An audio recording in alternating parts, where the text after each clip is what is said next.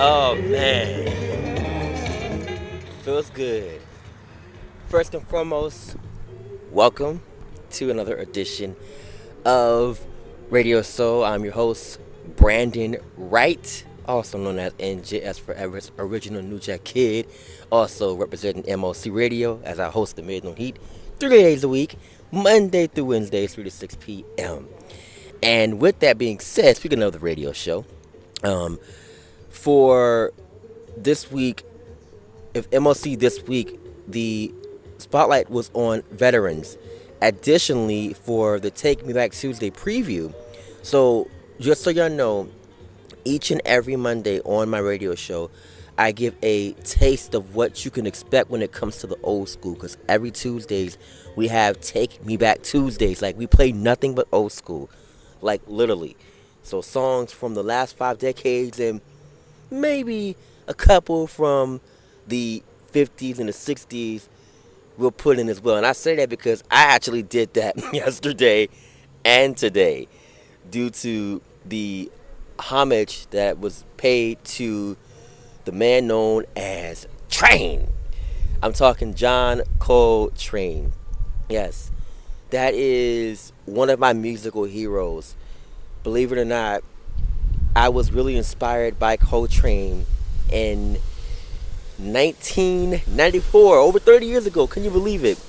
So, when I heard A Love Supreme for the very first time, I thought that was just a cool song. And I'm like, I gotta listen to more of this. I gotta listen to more of this. But it was just that one track that A Love Supreme, A Love Supreme, and then when he just goes all in on the horn and hit those notes, I thought that was just so cool and amazing. But either way, his artistry and his musicianship, as well as his technique on playing tenor saxophone, to be specific, it's just timeless. And anyone who is true to music can attest to the fact that John Coltrane is not only an innovator, but he's also one of a kind. And I will definitely say he showcased that he is truly, was truly one of a kind on, in my honest opinion, the LPs of Giant Steps, which was issued on Atlantic, and then also, of course, A Love Supreme, which was issued during his tenure at Impulse, and that label he will record for up until his unfortunate passing. So, with that being said, the spotlight is being done on John Coltrane today, and we're going to be spotlighting two albums in particular. We're going to spotlight Giant Steps and also, of course, A Love Supreme. So, with that, I'm going to start off with Giant Steps. And the reason why is because, hey, this came before A Love Supreme. And not only that, but Giant Steps showcased more versatility.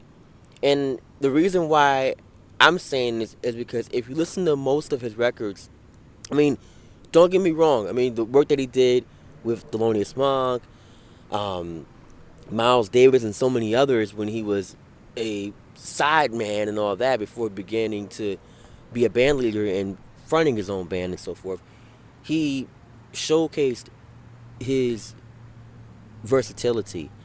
Now, I will say this. I will say this. Listening to Giant Steps, it showed me, and I'm pretty sure that it showed others too, that he can do a whole lot more. He can do ballads too. And the thing is, in music, you may do one particular song and you wind up getting pigeonholed.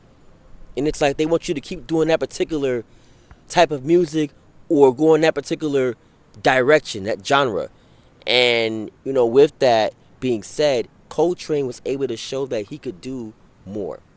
He could do post pop, he could do free jazz, he could do ballads. I mean, he was well rounded. And listening to Giant Steps from start to finish, I mean, with the title track and even Countdown, a song that is like literally in my head now more than ever. Um, it really just showed what he had to offer. And listening to Naima, like that would go on to become a jazz standard. And for those who may not know jazz standards and the purpose behind them, a jazz standard is a song that winds up becoming a go-to. I mean, whether if it's something like "My One and Only Love," "What Will I Tell My Heart," you know what I mean? Even other songs by Coltrane, like the title track of Giant Steps. Even the song "I Try," originally performed by Angela Bofield. Yes, I said it. That's a jazz standard too. And let me not forget, "As If We Never Met," another favorite of mine, originally done by Shantae Moore, but who also paid homage to John Coltrane via her sophomore LP, which was entitled "A Love Supreme." And we all know Shantae, she has that versatility and range with performing jazz music. But yeah, back to the whole scenario behind Coltrane. Yeah, like he was able to really showcase what he had to offer. And the thing with Naima, it's a smooth song, and like when you do a ballad, you have to really, really stand out, and you got to be your own. And I can definitely say that Coltrane was truly his own, and he was in his own element. When you create a song like that and perform it, you really get into it.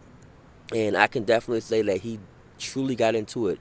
Ultimately, people that were going to cover that song, and I've heard quite some covers, including one by the man who was inspired by Coltrane, and that is the one and only Michael Brecker.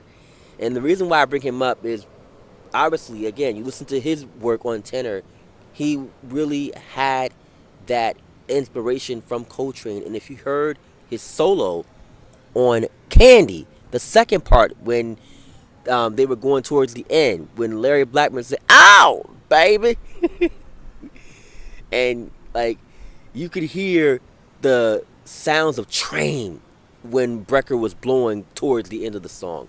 But yeah, Brecker did a cover of Naima, and I will say he didn't do it in the form that Coltrane did it. However, he did it in his own lane, in his own style. Same thing with another prominent saxophonist who has done quite a few covers of Coltrane, and that is this gentleman that I came across named Stefano Bedetti. I heard his take of Naima, and wow, I mean, it's just phenomenal. Like it really showed why this song is a jazz standard. So, yeah, I mean, it's only right that we had a moment here to spotlight this particular song and its parent album, of course, Giant Steps. So, I really do hope that you all will take moments out of your time to do your homework and really dig deep into not just this album of John Coltrane, but his overall catalog. I mean, it's very, very extensive. And you'll be surprised at some of the songs that you come across. Because, like I said, you know, he's versatile in music.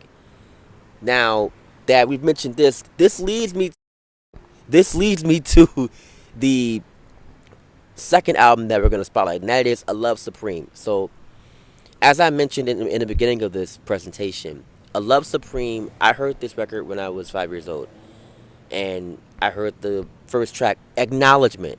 By the way, there are four different songs on this album, and wow, the first one to kick it off was "Acknowledgement," and whew, when you hear that intro, and by the way, there's different takes of the song, and listening to all of them, it's like, oh my gosh, you could just sit and listen to it all day. But yeah, that right there set the tone. I mean, the song has been very instrumental and inspirational to many. Like, I remember watching Mo Better Blues, and the character that Denzel Washington played, Bleak Gilliam, he truly had inspiration from Coltrane. Now, yes, he's a trumpeter, but the fact that Coltrane inspired him. I mean, if you listen to the compositions that Terrence Blanchard performed, and I say Terrence Blanchard because he performed the trumpet parts for Bleak Gilliam in the movie. Um, like, whew, the way he played, and there's one particular song on the soundtrack. Well, actually, the movie as well overall, and like he just going all in, you know. So, like, you gotta understand the A Love Supreme album really was like a game changer. I would say it was a game changer. So much that the album would ultimately become a platinum selling record. So that speaks volume. But nevertheless, a lot of musicians, no matter what instrument you play, whether it's saxophone, whether it's trumpet, flute, guitar, bass, keys, piano, you know what I mean? Or you sing. Like, I know for a fact that album really inspired a lot of musicians and artists alike. I mean, like I said, he's a veteran. John Coltrane is truly a veteran. He's a force to be reckoned with. And the man deserves all credit that is due. Seriously, he does. So, with that being said, I wanted to, like I said, take a moment to spotlight him because of the fact that he is truly a musician that was in his own element and also a serious veteran. And, because of the fact that he had his ties to the Navy and all that, I mean, hey, it's only right. And being someone that loves music, you gotta give flowers to those who served our country. And John Coltrane definitely put that work in to a point where he could ultimately put in the work of his own with being a musician. So, with that, I hope you all enjoyed this brief presentation, with the ode to John Coltrane. Uh, since we're still on, I'm going to go ahead and let y'all hear a little something, something. So, pardon me, I'm going to put this down a little bit. Y'all probably can still hear me. But, yeah, I'm going to go ahead and end this with a little something, something from Coltrane. And that is a song that I've been listening to very often lately. And it's entitled Naima. It's the second to last song on Giant Steps. So, with that being said, here it is. And this leads me to the conclusion of Radio Soul for today. With that being said, I want to thank you all for taking time out to listen to me speak and share some knowledge with you. I hope that you were inspired by this, and also hope that you will take a moment to, like I said, do your research and find out some more songs, because there's always more you'll come across, because we learn something new every day. So with that being said, I want to remind you to keep striving for higher grounds, and you will certainly reach the top. Remember, like, comment, share, subscribe, please. Your feedback is truly appreciated, and of course, your appreciation of music and also a prominent jazz giant such as John Coltrane. I'm Brandon Wright, aka the New Jack Kid, signing off. Peace.